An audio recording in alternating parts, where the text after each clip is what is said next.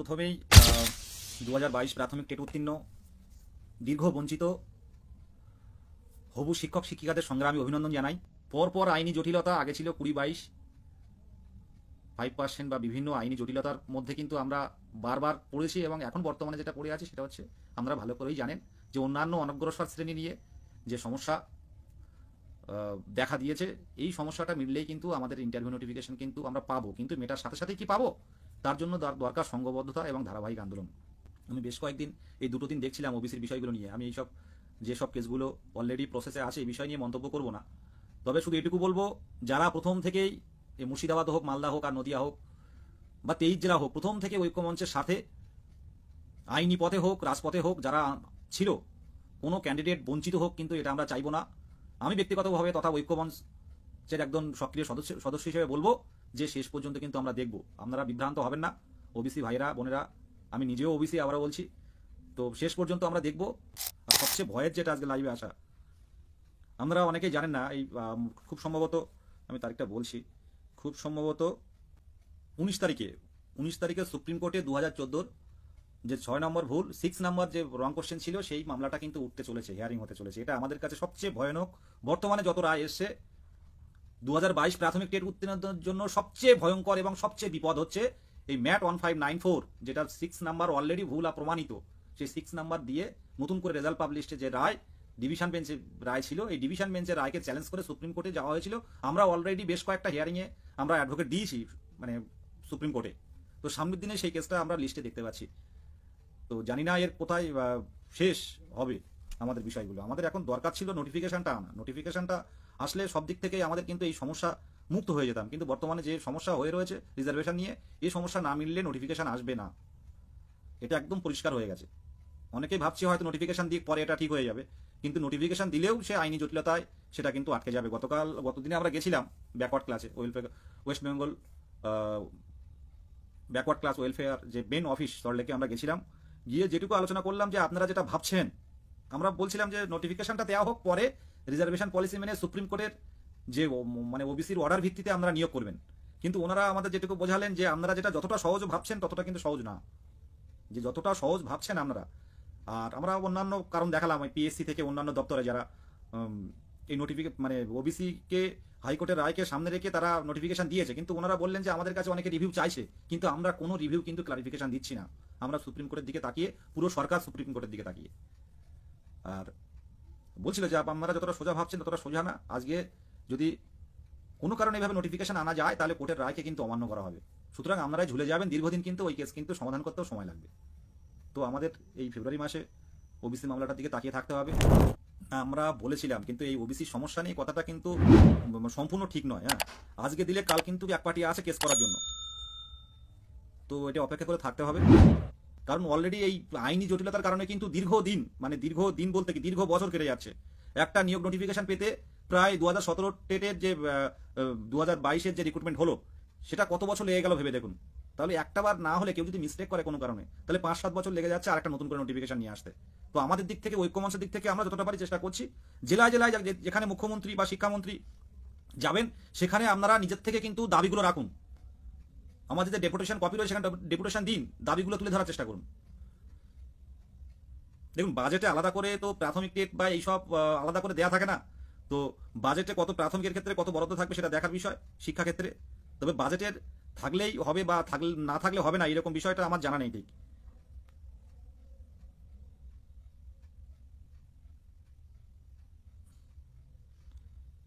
Question ভুল মামলার সাথে নতুন নিয়োগের কোনো সম্পর্ক নেই, কারণ এর আগে 2014-এও প্রশ্ন ভুল ছিল, 2017-এরও প্রশ্ন ভুল ছিল, নিয়োগ কিন্তু আটকায়নি।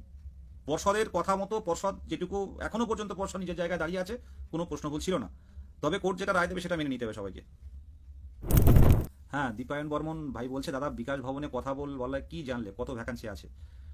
দেখুন, ভ্যাকান্সি ওইভাবে আলাদা করে জানা যায় না। তবে সরকার যদি ভ্যাকান্সি যেটা চেয়ে পাঠাবে সেই অনুযায়ী কিন্তু কমিশনার ভ্যাকান্সি পাঠান। মানে কমিশনার, সরকার চান কমিশনারের কাছে, আর কমিশনার চান হচ্ছে প্রত্যেকটা ডিপিএসসিতে। তো একটা হাইট ভ্যাকান্সি থাকে, বারবার বলছি যে ভ্যাকান্সিটা আমরা আরটিআই করে জানছি, তার থেকে কিন্তু একটা বেশি ভ্যাকান্সি থাকে।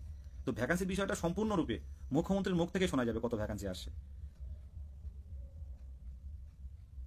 দেখুন, আপনারা আন্দোলনের কথা বলছেন, অভিযানের কথা বলছেন, এই যে লাস্ট যে আমরা আন্দোলনটা করেছিলাম সেখানে 400 জন মাত্র পথে নেমেছিল। আপনারা কিন্তু পথে নামেননি, অনেকেই আছেন যারা পথে নামেননি। তো এইভাবে আন্দোলন তো তুলে দিয়েছি, এইভাবে তো আন্দোলন করে কোনো মানে আলাদা কোনো পজিটিভ দিক পাচ্ছি না। যদি সবাই আসতে পারেন, যদি আমরা যারা প্রত্যেকটা ডিএলএড কলেজে বলা ছিল, প্রত্যেকটা ডিএলএড কলেজে আমরা জানান, প্রত্যেকটা ডিএলএড কলেজ, প্রত্যেকটা ডিস্ট্রিক্ট যে কলেজগুলো সেখানে জানান, জানিয়ে বন্ধু বান্ধবী যারা আছে কোয়ালিফাই, অনেকেই কিন্তু গ্রুপে যুক্ত নেই, তারা শুধু ফেসবুক থেকেই খবর নেয়, রাজপথে আসেন না। একবার বিকাশ ভবনের সামনে বসা দরকার ছিল 2022 প্রাথমিক টেট উত্তীর্ণদের, একবার একবার রাত কাটানোর দরকার ছিল, সেটা কিন্তু আপনারা আসেননি। সুতরাং ফেসবুকে লিখে তো কোনো কিছু হবে না, বাস্তবের মাটিতে পা দিয়ে চলতে হবে। দেখুন, মাধ্যমিক পরীক্ষা সে বিষয়টাও আমাদের নজর রাখতে হচ্ছে, কারণ যেহেতু আমরা শিক্ষক, হবু শিক্ষক, ভাবি শিক্ষক, আমরা মাধ্যমিক পরীক্ষার দিকে তাকিয়ে কিন্তু আমরা একটুখানি পিছিয়ে যাচ্ছি। তো শান্তিপূর্ণভাবে কিছু করা যায় কিনা সেটা নিয়ে ভাবনা চলছে, আমরা দেখতে পাবেন খুব তাড়াতাড়ি। সবাইকে বলা হচ্ছে না যদিও। হ্যাঁ, পীযূষ দাদা, ওভারেজদের নিয়ে কিছু একটা কর্মসূচি করো, একটু হোয়াটসঅ্যাপে একটু জানিও ওভারেজদের নিয়ে কিছু করা যায়, যেহেতু কম সংখ্যক আছেন আপনারা, আপনাদের একটা ডেপুটেশন ভালো জায়গায় দেওয়া যেতে পারে, যে আমাদের বয়স পেরিয়ে যাচ্ছে, অন্তত ফর্ম ফিল আপটা করে রাখা হোক। হ্যাঁ, ওবিসি মামলা অবশ্যই সমাধান হবে। দেখুন, এই ফেব্রুয়ারি মাসে যে ডেটটা দেওয়া আছে, ডেটে হয়তো উঠলেও উঠতে পারে, না উঠলেও না উঠতে পারে, উঠবেও এখন বলা যাচ্ছে না, নাও উঠতে পারে। তো দেখা যাক, উঠলেও উঠতে পারে। একটু ভালো করে কয়েকটা দিন টানা যদি হিয়ারিংটা হতো, হয়তো যে কোনো একটা রায় চলে আসতো। আমাদের সভাপতি মহাশয় গৌতম পাল মহাশয় কিন্তু দীঘায় যাচ্ছে না, দীঘায় যাচ্ছেন একটা অনুষ্ঠানে, আপনারা পারলে ওখানেও জানাতে পারেন। 8ই ফেব্রুয়ারি যারা পূর্ব মেদিনীপুর জেলায় আছে, ক্রীড়া প্রতিযোগিতা উনি যাচ্ছেন, ওনার শান্তিপূর্ণভাবে ক্রীড়া প্রতিযোগিতা শেষ হলে আপনারা কথা বলতে পারেন। 8ই ফেব্রুয়ারি 2025, দীঘা বিদ্যাভবন স্কুল মাঠ। আমরা যারা যাবেন কন্ট্যাক্ট করবেন, ডেপুটেশন কপি দিয়ে দেবো, জানাবেন। দীঘা বিদ্যাভবন স্কুল মাঠ, ওখানে সভাপতি মহাশয় যাচ্ছেন। তো আলাদা করে তেমন কোনো কর্মসূচি নয়, যদি আমরা দেখা করতে চান কেউ ভদ্রভাবে, শান্তিপূর্ণভাবে, ওনার যে মানে একটা অনুষ্ঠানে যাচ্ছেন, সেই অনুষ্ঠানের শেষে আমরা কথা বলতে পারেন। কেউ যদি যেতে চান অবশ্যই যাবেন। বাজেটে নিশ্চয়ই কিছু ঘোষণা হবে, আশা আছে। 2025 পজিটিভ, 100% পজিটিভ কিছু মানে নোটিফিকেশন আসবে 2025। এটা নিয়ে কোনো চাপ নেই, যেটুকু আমার অভিজ্ঞতা থেকে বলছে। 2025 আপনারা ভাবছেন যে কি হবে কি হবে, 2025 আদৌ পাবো তো? 25 অবশ্যই নোটিফিকেশন, আমার যেটুকু আইডিয়া, 25 কিন্তু নোটিফিকেশন আমরা পাবো, মানে পেতে হবে আমাদেরকে। বছরে দুবার নিয়েও টেট পাস কেউ বসে থাকবে না, কথাটা তো এমনি পর্ষদ সভাপতির নিজের কথা নয়। তো সেই জায়গায় দাঁড়িয়ে এতটা বছর, 2 বছর অলরেডি পার হয়ে গেছে। আপনাদের অনুরোধ করব প্রত্যেককেই, আমরা খুব দ্রুত একটা কর্মসূচি নিয়ে আসছি, একটা মানে খুব ভালো কর্মসূচি নিয়ে আসছি। তো সেটা যদি কোনোভাবে হয়ে যায়, তো একটা ভালো প্ল্যাটফর্ম কিন্তু আমরা পাবো আমাদের দাবিগুলো তুলে ধরার জন্য। তো সেটাই এখন আমি বলতে পারছি না, এখন ওই সোশ্যাল মিডিয়াতে বলবো না। ওবিসি কেসটা প্রায় মিটতে চলেছে, ব্রাত্য বসু মহাশয় তো সেদিন বললো ওবিসি মিটে গেলে 3 দিন। হ্যাঁ, সেদিন তো শিক্ষামন্ত্রী বলেছিলেন, শুভঙ্কর স্যার বলছে যে ওবিসি মিটে গেলে 3 দিনের মধ্যে নোটিশ দেওয়া হবে। তো দেখা যাক। ওবিসি মিটে গেলে কোনো সমস্যা থাকবে না নোটিফিকেশন আসতে। বারবার একটাই কথা বলি যে নোটিফিকেশন নিয়ে আসতে গেলে সরকারের সদিচ্ছা দরকার, কিন্তু যেভাবে যেখানেই যাচ্ছি, মানে যেখানেই আমাদের আধিকারিকরা শিক্ষামন্ত্রীর সাথে এই ধরে আমাদের 5-7 বার দেখা করা হয়ে গেছে 2022 প্রাথমিক টেট উত্তীর্ণদের নিয়ে। তো আমাদের যেভাবে চারিদিকে 2022 প্রাথমিক টেট উত্তীর্ণদের ঐক্যবদ্ধতা, আমরা আগামী দিনে এই জটিলতাগুলো মিটে গেলে, যেহেতু সামনে বিধানসভা ভোট, ভালো করে মাথায় রাখবেন, একটা বড় ভাইটাল পয়েন্ট, আমাদের স্বপ্ন পূরণের একটা ভালো জায়গা এটা। সামনে বিধানসভা ভোট, সবাই কিন্তু বিভিন্ন জেলায় ছুটবেন। তো সেই জায়গায় দাঁড়িয়ে আমাদের দাবিগুলো কিন্তু তোলার একটা সঠিক প্ল্যাটফর্ম কিন্তু আমরা পাবো যে কোনো জায়গায়। কারণ আমরা শুধু নতুন টেট দিইনি, আমরা দীর্ঘ 5টা বছর পর টেট হয়েছিল রাজ্যে, সেই টেট উত্তীর্ণ আমরা। পূর্ব বর্ধমান থেকে শুরু করে, পশ্চিম বর্ধমান থেকে শুরু করে, মালদা মুর্শিদাবাদ থেকে শুরু করে, 2 দিনাজপুর থেকে শুরু করে, কোচবিহার থেকে শুরু করে, শিলিগুড়ি দার্জিলিং থেকে শুরু করে, জলপাইগুড়ি থেকে শুরু করে, এদিকে 2 24 পরগনা, হাওড়া, হুগলি, 2 মেদিনীপুর, ঝাড়গ্রাম, প্রত্যেকটা জায়গায় কিন্তু বিভিন্ন আধিকারিক নেতা মন্ত্রীরা কিন্তু যাবে, এরপর যাওয়া শুরু হবে। যেহেতু নির্বাচন সামনে, 2026 সাল কিন্তু এসে গেল, নির্বাচন সামনে, কাজ অলরেডি কিন্তু শুরু হয়ে গেছে, ঘন্টা কিন্তু বেজে গেছে। তো প্রত্যেকটা জায়গায় আমরা যাব আমাদের বঞ্চনার কথা তুলে ধরতে, আমাদের সেই রাইট আছে। সুতরাং ভ্যাকান্সি কিন্তু বড় না দিলে আমরা যে কোনো জায়গায় যে কোনো পরিস্থিতিতে চলে যাব, কারণ অনেকের বয়স অলরেডি পেরিয়ে গেছে, ভ্যাকান্সি না দিলে তারা কিন্তু বেরোতে পারবে না। নতুন যারা কোয়ালিফাই করেছে, যারা করোনার সময় বা এই সময়কার উচ্চ মাধ্যমিক বা ডিএলএড করেছে, যথেষ্ট নাম্বার আছে, সে নিয়ে আমাদের কোনো মানে কোনো খারাপ লাগা বা কোনো সমস্যা নেই, কিন্তু ভ্যাকান্সির দিক যাতে সবাই বেরিয়ে যায়। যার 24 একাডেমিক সেও বেরিয়ে যাক, যার 30-32 একাডেমিক সেও বেরিয়ে যাক, এটা আমরা চাই, মনে প্রাণে চাই। ঐক্যমঞ্চ বরাবরই কোনোদিন ডিভাইডেশন চায় না, ঐক্যমঞ্চ কোনোদিন বিভেদ চায় না, ঐক্যমঞ্চ সমতা রাখতে চায়, সবাই পাক, সেই জায়গাটা তৈরি করতে সরকারের উপর প্রেশার করা হোক। কারণ আমরা বিরোধী কোনো সংগঠন নয়, আমরা কোনো রাজনৈতিক সংগঠন নয়, আমরা পুরোপুরি অরাজনৈতিক। আগামী দিনের শিক্ষক এবং উত্তীর্ণ হয়ে কিন্তু আমাদের যোগ্যতাটা আমরা পেয়েছি, যোগ্যতা অর্জন করেছি। সেই জায়গায় দাঁড়িয়ে সামনে যেহেতু বিধানসভা ভোট, অন্য সময় হলে ব্যাপারটা আলাদা ছিল। সরকার কিন্তু একটা নিয়োগ করবে, কিন্তু সেটা কত করবে, বেশি না হলে আমরা ছাড়ছি না, এটুকুই। নিয়োগ হবে, হ্যাঁ, গ্যাজেট 16 গ্যাজেটটা একটু চেঞ্জ হবে, এটা সঠিক খবর যিনি বলছেন, চন্দনদ্বীপ স্যার যিনি বলছেন, হ্যাঁ ঠিকই। 6 মান্থ অত লাগবে না। নিয়োগটা চলে আসলে বিভিন্ন মানে যে সমস্যাগুলো আমাদের সামনে আসার কথা, সেগুলো অনেকটাই কিন্তু মানে মানে অনেকটার থেকে কিন্তু আমরা মুক্তি পাবো। নিয়োগ যত দেরি হবে তত কিন্তু আইনি জটিলতা বিভিন্ন দিক থেকে, আর যা দেখতে পাচ্ছি এখন, হোক না হোক কিন্তু সবাই কোর্টে ছুটছে, সবাই। তো এই জায়গায় দাঁড়িয়ে যারা অলরেডি কোয়ালিফাই করে বসে আছে, এদের ভবিষ্যৎগুলোই তো, আমাদের ভবিষ্যৎগুলো নিয়েই তো আমরা খুব একটা চাপা টেনশনের মধ্যে আছি। বারবার আজকে পর্ষদ সভাপতি মহাশয়ের সাথে কতবার দেখা করেছি তার কোনো ঠিক নেই। তো সেই জায়গায় দাঁড়িয়ে নিয়োগ হবে। এই যে আইনি জটিলতা, সবচেয়ে বড় সমস্যা হচ্ছে এই ওবিসি রিজার্ভেশন পলিসি মেনটেন না করে তো মানে নিয়োগ হবে না। তো সেই জায়গায় দাঁড়িয়ে কি করার আছে আমাদের? একাডেমিক চেঞ্জ নিয়ে এখন কোনো কিছু বলা যাচ্ছে না কি হবে। একাডেমিক চেঞ্জ হলেও হতে পারে, একাডেমিক, যদিও এটা একটা সময় সাপেক্ষ ব্যাপার। তো পর্ষদ নিজের সিদ্ধান্ত নেবে এই একাডেমিকের বিষয়টা। অনেকে তো ডেপুটেশন দিচ্ছে দেখছিলাম একদিন এই বিষয়টা নিয়ে। পথে থাকুন, সত্যি সময়টা খুব কঠিন, খুব কঠিন সময়টা আমাদের কাছে। হ্যাঁ, দেখা হবে বাবা ভাই, দেখা হবে। খুব কঠিন সময় আমাদের কাছে এখন, খুব কঠিন সময়। এই সময়টা আমাদেরকে অতিক্রম করতে হবে, চোখে জলে, কিছু করার নেই। অনেক ক্যান্ডিডেট যারা আছে, খুব পরিস্থিতি খুব বাজে, যেভাবে মেসেজ করে দেখলেও খারাপ লাগে। এগুলো ফিল করতে পারি, কারণ আমার বাড়ির পরিস্থিতিও খুব ভালো না। তো বয়সও চলে যাচ্ছে সবার উপরে। দেখুন 2 বছর, সেই 2022 ডিসেম্বর মাস, সবাই কত পড়াশোনা করে এই উত্তীর্ণ হওয়ার পর একটা আশা জেগেছিল যে এবার হবে। এবং তারপর 2023 ফেব্রুয়ারি মাসের 10 তারিখে যে সাংবাদিক বৈঠক করে যে টেট পাস কেউ বসে থাকবে না, এবার থেকে বছরে 2বার নিয়োগ হবে। তো কথাগুলো শুনে কিন্তু আমাদের বাবা মায়েরাও কিন্তু খুব আনন্দ পেয়েছিল। আমরা যারা কোয়ালিফাই করেছিলাম খুব খুশি ছিলাম যে এবারে একটা ভালো কিছু হবে। তো তার পর একই রকম সমস্যা, এই হবে, এই কেসটা মিললে হবে, সেই কেসটা মিটে গেলে সামনের কেসটা মিললে হবে। তো এইরকম করে করে পিছনের দিকের কোনো না কোনো সমস্যার কারণে আজকে নতুনরা আমাদের ভুগতে হচ্ছে। তো এই জায়গায় দাঁড়িয়ে সংঘবদ্ধতাটা আমাদের জরুরি।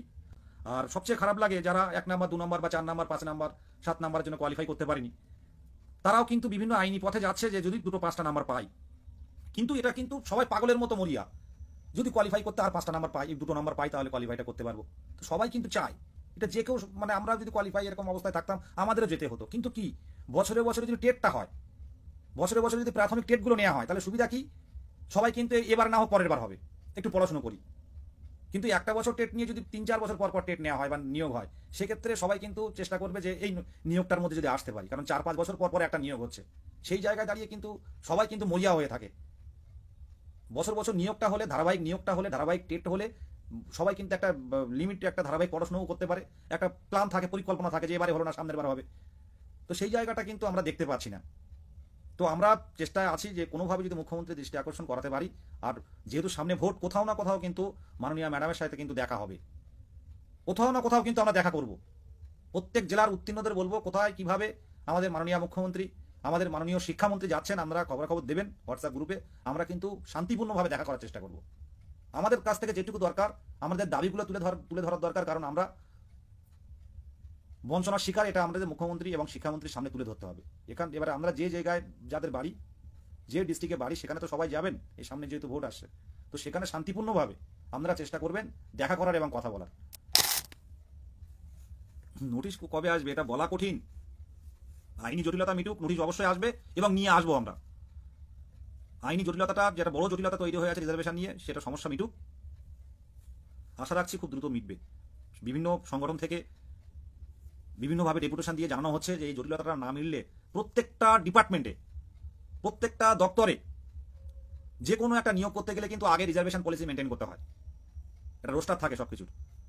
আমরা হয়তো আমাদের মতো বলে যাচ্ছি। তো বড় বড় আধিকারিক, বড় বড় আইএস অফিসাররা আছেন যারা কিন্তু এইগুলো নিয়ে নাড়াচাড়া করেন, লিগাল অফিসাররা আছেন। তো আশা রাখছি খুব দ্রুত মিটবে। তারপর সরকার পদক্ষেপ নেবে, কবে নোটিশ দেবে। তো আমাদের দিক থেকে যেটুকু করণীয়, আমরা কিন্তু লড়াই চালিয়ে যাব, আমাদের ধারাবাহিক আন্দোলন কিন্তু আমরা চালিয়ে যাব। আমরা এর সাথে কোনোরূপ মানে লড়াইয়ের সাথে, আমাদের আন্দোলনের সাথে কোনোরূপ সমঝোতা আমরা করব না। শুনুন, ওল্ডরা নতুনদের সাথে পারবে না, এটাকে একটা হয়তো আমরা বলি, কিন্তু দেখুন আপনারা 2017 প্যানেলটা দেখতে পারেন, 2017 যে মেরিট লিস্ট যেটা হয়েছিল দেখতে পারেন, একটা মিক্সড কিন্তু একটা লিস্ট তৈরি হয়েছিল। আমাদের বরাবরই নতুন পুরনো মিলিয়ে একটা ভালো ভ্যাকান্সি থাকলে সবাই কিন্তু বেরোবে। আপনারা ভেঙে পড়বেন না, অহেতুক ভেঙে পড়বেন না, এবং কেউ টেনশন করবেন না। যেটা কাজ মুখ্যমন্ত্রীর দৃষ্টি আকর্ষণের জন্য রাজপথে আসুন, দাবিগুলো তুলে ধরুন, আর বয়স্কদের নিয়ে যাদের ওভার এজ হয়ে গেছে, অলরেডি 40 বছর 43 বছর পার হয়ে গেছে, ওনাদের দিয়ে একটা ডেপুটেশন আমরা দেবো শিক্ষামন্ত্রীর কাছে, সেই দিকটা দেখছি।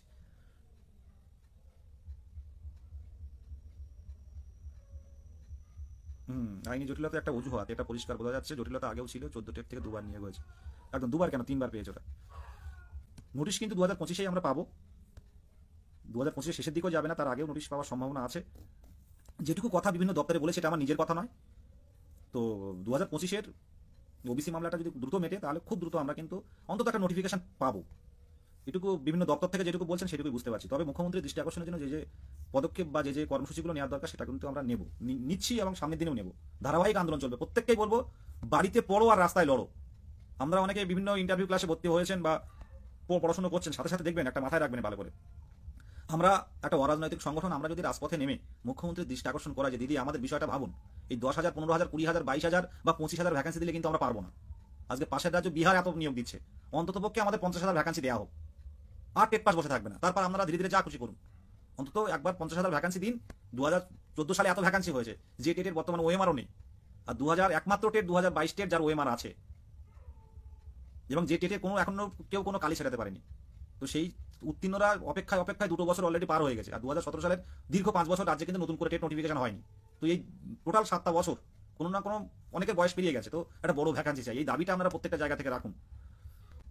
বর্তমানে টেট কোয়ালিফাইড মানে তো বুঝতে পারছেন, যথেষ্ট টেট যেহেতু হচ্ছে না, বা কোশ্চেন দেখেও আপনারা বুঝতে পারছেন সামনের দিনে কেমন কোশ্চেন তৈরি হবে। তো টেট কোয়ালিফাই করে যারা আছেন, অনেক শুধুমাত্র ইন্টারভিউর অপেক্ষায় আছেন, পড়াশোনা করুন। যারা নতুন টেটের জন্য খাটাখাটনি করছেন, পড়াশোনা করুন। টেট হবে 2025-এ টেট হবে, হয়তো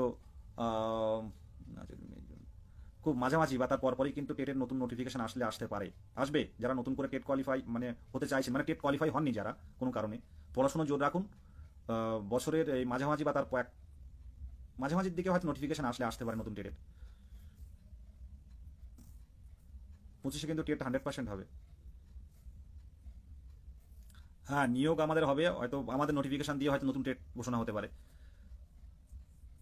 এগুলো আমার নিজস্ব মতামত, বা বিভিন্ন দপ্তরে গিয়ে যেটুকু হালকা পেয়েছি। তবে শেষ সিদ্ধান্ত, শেষ শিলমোহর কিন্তু আমাদের মাননীয়া সিএম ম্যাডাম নেবেন, এটা কিন্তু চিরসত্য কথা। দেখুন, টেট পাস কত থাকতে পারে এটা বলা কঠিন। তো আরটিআই করে যেটুকু জেনেছিলাম আপনারা সবাই দেখেছেন, তো অত টেট পাস কিন্তু নেই।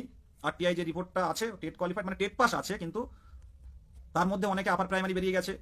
2022-এর যে টেট 22-এর যে রিক্রুটমেন্ট হয়েছে, সেখানেও প্রচুর ক্যান্ডিডেট বেরিয়ে গেছে। তো বেশি টেট পাস আছে বলে তো আমার ব্যক্তিগতভাবে মনে হয় না, কারণ টেট পাস থাকলে তারা তো রাজপথে আসবে, দেখতে পাচ্ছি না তো। যে আরটিআই রিপোর্ট আছে, সেই রিপোর্ট অনুযায়ী কিন্তু অনেকেই কিন্তু বিভিন্ন ইন সার্ভিস হয়ে গেছে, অনেকে বিভিন্ন চাকরির ক্ষেত্রে ঢুকে গেছে। যাই হোক, অনেক কথা হলো, প্রত্যেকে ভালো থাকবেন, আর শুভরাত্রি।